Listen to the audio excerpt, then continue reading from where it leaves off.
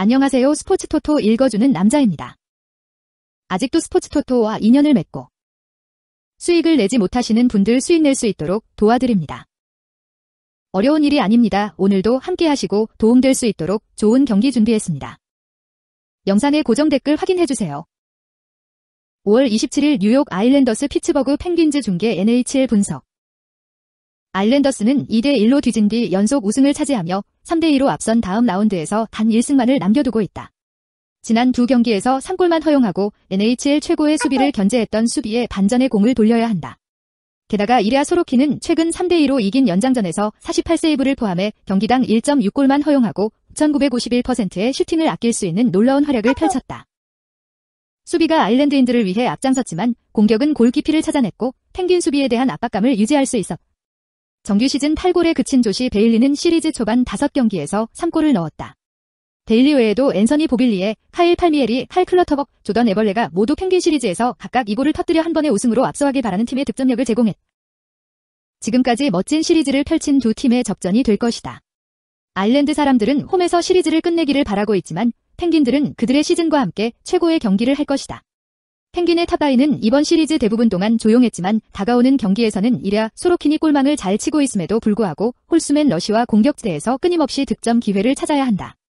마찬가지로 크리스 레탄과 코디 세시가 딥 유닛을 이끌고 트리스탄 제리가 지금까지 시리즈에서 범한 실수를 개선함으로써 펭귄은 아일랜드 사람들의 공격을 제한할 수 있어야 한다.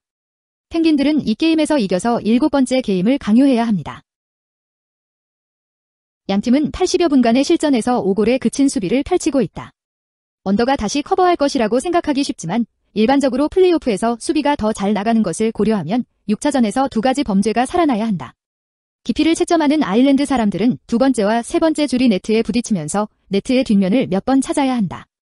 한편 펭귄들은 이레아 소로킨이 네트에 있든 없든 간에 이 게임에서 골을 쌓아 올려야 하며 크로스비, 러스트, 귄체리 선두를 달리고 있고 에브게니 말킨과 제프 카터는 유닛 대겐드에서 계속 골을 찾는다.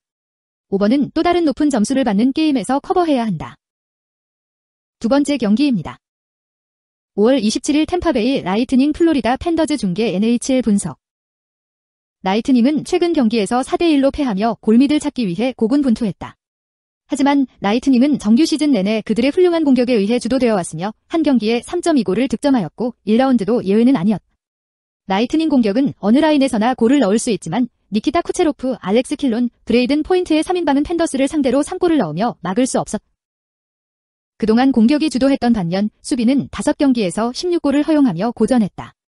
위디 정규 시즌 동안 경기당 2.5골만 허용한 점을 감안하면 템파가 상대에게 골망을 뚫는 쉬운 슛을 끊임없이 허용한 것은 이례적이다.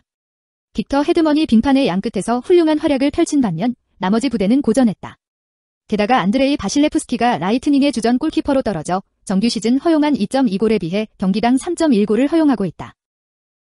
이번 경기는 중립지대를 여유있게 스케이팅을 할 수 있는 퍽 동작이 뛰어난 두 팀 간의 멋진 전후 싸움이 돼야 한다. 팬더스는 최근 승리에서 탄력을 받았지만 번개는 최근 패배에서 떨어진 것에서 조정해야 한다. 라이트닝은 니키타 쿠체로프, 브레이든 포인트, 빅터 헤드먼이 젊은 스펜서 나이트 오브 더 팬더스를 상대로 골 득점의 기회를 만들어내면서 공격구역에서 멋진 퍽 운동을 계속해야 한다. 라이트닝도 빅터 헤드먼과 에릭 세르낙이 빙판 끝에 올라선 가운데 안드레이 바실레프스키가 골밑에서 우세한 활약을 펼치며 팬더스의 공격을 제한할 수 있어야 한다. 번개가 이 게임에서 이기고 결과적으로 다음 라운드에 진출해야 합니다. 두 팀은 최근 경기에서 합계 밑으로 들어갔고 두 수비 모두 상대편의 큰 공격에 적응했다고 믿기 쉽다. 하지만 5차전에서 라이트닝이 단 한 골로 제한되는 것은 그들이 가지고 있는 것처럼 훌륭한 퍽 동작을 가진 공격으로는 드문 경우였다. 번개는 쿠체로프, 포인트, 킬롤은 빅토르 헤드먼까지 가세의 득점 기회를 만들고 결과적으로 골에 쌓일 수 있어야 한다.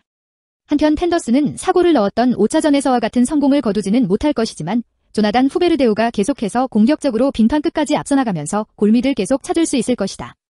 5번은 두 가지 위반 모두 다시 한번 훌륭하게 다루어야 한다. 세 번째 경기입니다. 5월 27일 미네소타 와일드 베가스 골든 나이츠 중계 NHL 분석. 미네소타 와일드는 정규 시즌에서 탄탄했고 가장 좋은 자리 중 하나는 왼쪽 윙어 키릴 케프러조브의 플레이다. 와일드 팀은 이번 경기의 부상 보고서에 아무도 없는 만큼 건강하다. 그는 지금까지 2.1골 1도움을 기록하고 있어 이번 시리즈에서 별다른 활약을 펼치지 못하고 있다. 최근 3경기 모두 승점 2점 차라 좋은 활약을 펼치고 있다. 라스베이거스 골든나이츠와의 5차전에서 그는 15분 3초의 얼음 위에서 자신의 유일한 슛으로 골을 성공시켰다. 카프리조프는 때때로 단단한 패스가 될 수 있는 능력을 보여주었고 그들이 7차전을 강행하려고 할 때 그가 어떻게 나서는지 보는 것은 흥미로울 것이다. 캠 텔벗은 지금까지 포스트 시즌 내내 주전 골키퍼로 활약했고 자신을 위해 꽤 좋은 성적을 거두고 있다. 텔벗은 5차전에서 라스베이거스 골든나이트를 상대로 골레트를 얻어냈고 그는 이 6차전을 승리로 이끌며 40발의 한 쌍의 골을 허용했다. 그는 이번 시리즈에서 5경기에서 12골, 즉 한 경기에 2.41골을 허용했다. 황금 기사단은 이틀간의 휴식을 더 좋아할 것이고 그들이 여기서 이기면 그들은 그것을 얻을 것이다. 나는 며칠 더 쉬는 것이 골든 나이츠 선수들에게 유익할 것이라고 생각하고 그들은 모든 것이 한 경기에 해당되는 7차전을 강요하고 싶지 않다.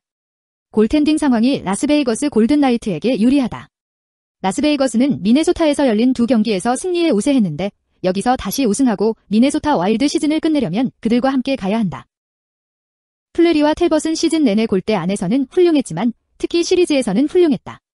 미네소타는 올 포스트 시즌 경기당 슈팅수 26.0개가 가장 적기 때문에 언더파가 더 좋은 플레이를 펼치는 데는 큰 이유가 있다. 이번 시리즈 5경기 중 3경기가 5.5골을 밑돌았고 이 팀들은 이번 시리즈에서 총 4.4골을 합작하고 있다. 전반적으로 이 게임에서 5.5세 이하 골로 진행하세요. 오늘도 토토로 고민 중이십니까? 아직도 빚을 내서 스포츠 토토를 하고 계시지는 않으신가요? 이제 전문가와 함께 하십시오. 수익 복구를 모두 도와드리겠습니다.